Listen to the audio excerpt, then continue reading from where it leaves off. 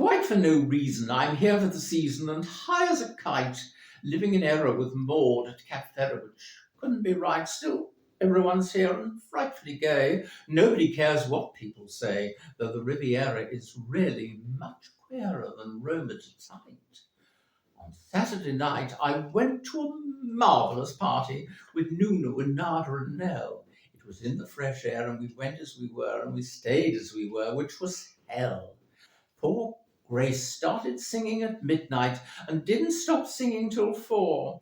We knew the excitement was bound to begin when Laura got blind on Dubonnet and gin and scratched her veneer with a Cartier pin. Oh, I couldn't have liked it more. I went to a marvellous party. I must say the fun was intense. We all had to do what the people we knew would be doing 100 years hence. Dear Cecil arrived wearing armour, some shells and a black feather boa. Poor Millicent wore a surrealist comb made of bits of mosaic from St. Peter's in Rome, but the wait was so great that she had to go home. I couldn't have liked it more. Now, you know, people's behaviour away from Belgravia would make you aghast. So much variety, watching society scampering past. If you have any mind at all, Gibbon's divine decline and fall seems pretty flimsy, no more than a whimsy. By way of contrast, on Saturday last, I went to a marvellous party. Elise made an entrance with May, and I would never have guessed from a fisherman's vest that her bust had been whittled away. Poor Lulu got fried on Chianti and talked about esprit de corps. Morris made a couple of passes at Gus, while Freddie, who hates any kind of a fuss, did half the Big Apple and twisted his truss. I couldn't have liked it more. I went to a marvellous party. We played the most wonderful game. Maureen disappeared and came back in a beard, and we all had to guess at her name. We talked about growing old gracefully, and Elsie, who's 74, said, A, it's a question of being sincere, and B, if you're supple, you've nothing to fear. Then she swung upside down from a glass chandelier. I couldn't have liked it more. In a bijou abode in St. Barnabas Road, not far from the Esher bypass, lived a mother and wife who for most of her life let every adventure fly past. She had 2 strapping daughters and a rather dull son, and a much duller husband who at 61 elected to retire and later on expire. Sing hallelujah, hey nonny no, he joined the feathered choir.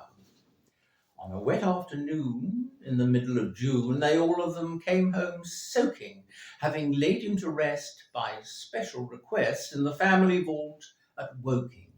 Then right in the middle of the funeral wake, with a mouthful of excellent Madeira cake, his widow cried, that's done, my life's at last begun, sing hallelujah, hey nonny no, it's time we had some fun.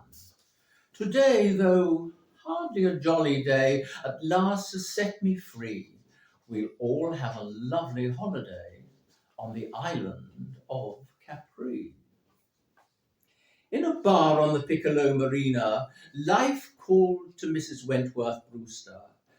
Fate beckoned her and introduced her into a rather queer, unfamiliar atmosphere. She'd just sit there propping up the bar beside a fisherman who sang to a guitar. When accused of having gone too far, she merely cried, "Funiculi, just fancy me funicular." When he bellowed, "Che bella signorina," sheer ecstasy at once produced a wild shriek from Mrs. Wentworth Brewster, changing her whole demeanour. When both her daughters and her son said, "Please come home, mamma," she answered rather bibulously, "Who do you think you are? Nobody can afford to be so bloody-blooded in a bar on the Piccola Marina." Every fisherman sighed, "Viva, viva, che bel inglese." Someone even said, "Whoops a daisy," which was quite a surprise. Each evening, with some gay excuse and beaming with goodwill, she'd just slip into something loose and totter down the hill to that bar on the Piccola Marina where love came to Mrs. Wentworth Brewster. Hot flushes of delight suffused her. Right round the bend she went, picture her astonishment.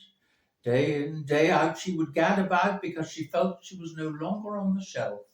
Night out, night in, knocking back the gin, she cried, "Hurrah, funiculi, just fancy me, funicular." Just for fun, three young sailors from Messina bowed low to Mrs. Wentworth Brewster, said "scusi," and politely goosed her. Then there was quite a scene.